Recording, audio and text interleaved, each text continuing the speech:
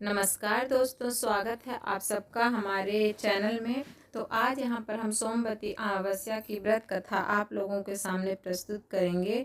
सोमवती अमावस्या की व्रत कथा सोना धोबिन की कहानी। सोमवती अमावस्या की कथा, इस कथा के पाठ से मिलता है अखंड सौभाग्य का आशीर्वाद। सोमवती अमावस्या के दिन भगवान शिव की उपासना की जाती है। ऐसी मान्यता है कि जो व्यक्ति सोमवती अमावस्या का व्रत रखता है उसकी सभी मनोकामनाएं पूरी होती हैं, साथ ही अखंड सौभाग्य की प्राप्ति होती है। इस दिन सोमवती अमावस्या की कथा का पाठ भी जरूर करना चाहिए। सोमवार के दिन आने वाली अमावस्या को सोमवती अमावस्या कहते हैं। गणित के प्रायिकता सिद्धांत के अनुसार अमावस्या वर्ष में 1 अथवा 2 बार ही सोमवार के दिन हो सकती है, परंतु समय चक्र के अनुसार अमावस्या का सोमवती होना बिल्कुल अनिश्चित है। हरिद्वार कुंभ के दौरान सोमवती अमावस्या का दिन बहुत ही पवित्र माना गया है। इस दिन नागा साधुओं द्वारा शाही स्नान भी किया जाता है। हिंदू धर्म की मान्यताओं के अनुसार सोमवती अमावस्या का एक विशेष महत्व है। सोमवती अमावस्या की पूजा से जुड़ी कुछ भिन्न भिन्न मान्यताएं हैं। प्रथम मान्यता के अनुसार सोमवती अमावस्या के दिन महिलाएं तुलसी माता की 108 परिक्रमा लगाते हुए कोई भी वस्तु या फल दान करने का संकल्प लेती हैं। परंतु दूसरी मान्यता के अनुसार सोमवती अमावस्या के दिन महिलाएं पीपल के वृक्ष की भंवरी 108 परिक्रमा करती हैं तथा अखंड सौभाग्य की कामनाएं करती हैं। साथ ही साथ श्री गौरी गणेश एवं सोमवती व्रत कथा पाठ के साथ वस्तु अथवा फल दान करने का संकल्प लेती हैं। पीपल के पेड़ में सभी देवी देवताओं का वास माना जाता है, अतः इस मत के अनुसार पीपल की पूजा की जाती है। सोमवार के दिन की अमावस्या को स्वयं को आध्यात्मिक शुद्धता प्रदान करने के लिए व्रत, गंगा स्नान, नदी स्नान, दान, भजन कीर्तन किया जाता है। सोमवती अमावस्या की व्रत कथा।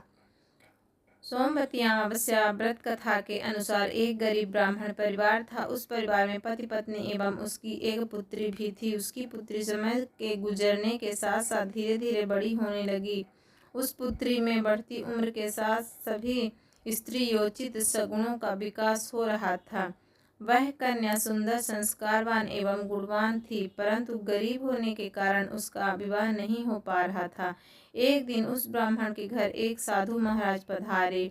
साधु उस कन्या के सेवा भाव से अत्यधिक प्रसन्न हुए। कन्या को लंबी आयु का आशीर्वाद देते हुए साधु ने कहा कि इस कन्या के हाथ में विवाह योग्य रेखा नहीं है। तब ब्राह्मण दंपति ने साधु से इसका उपाय पूछा। कन्या ऐसा क्या करे कि उसके हाथ में विवाह योग्य रेखाएं बन जाएं? साधु महाराज ने कुछ देर विचार करने के पश्चात अपनी अंतर्दृष्टि में ध्यान करके बताया कि कुछ ही दूरी पर एक गांव में सोना नाम की एक धोबिन महिला अपने बेटे और बहू के साथ रहती है, जो बहुत ही आचार विचार एवं संस्कार संपन्न तथा पतिपरायण है। यदि वह सुकन्या उस धोबिन की सेवा करे और वह महिला इसकी शादी में अपने माँ का सिंदूर लगा दे तथा उसके बाद इस कन्या का विवाह हो जाए तो इस कन्या का वैधव्य योग मिट सकता है। साधु ने यह भी बताया कि वह महिला कहीं बाहर आती जाती नहीं है।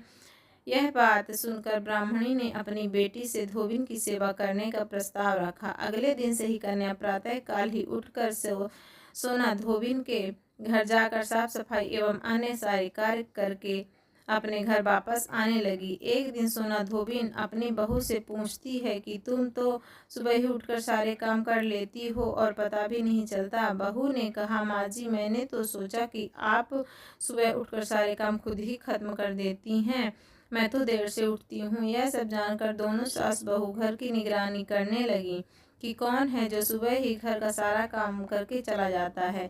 कई दिनों के बाद धोबिन ने देखा कि एक कन्या सुबह मुंह ढके अंधेरे में घर के अंदर आती है और सारे काम करने के बाद चली जाती है। जब वह जाने लगी तो सोना धोबिन उसके पैर पर गिर पड़ी और पूछने लगी कि आप कौन हैं और इस तरह छुपकर मेरे घर की चाकरी क्यों करती हैं।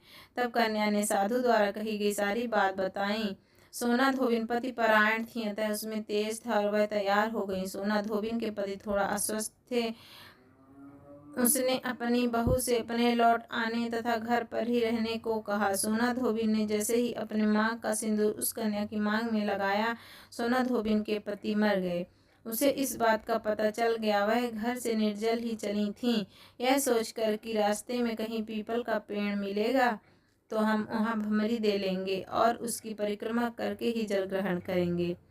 उस दिन सोमवती अमावस्या थी।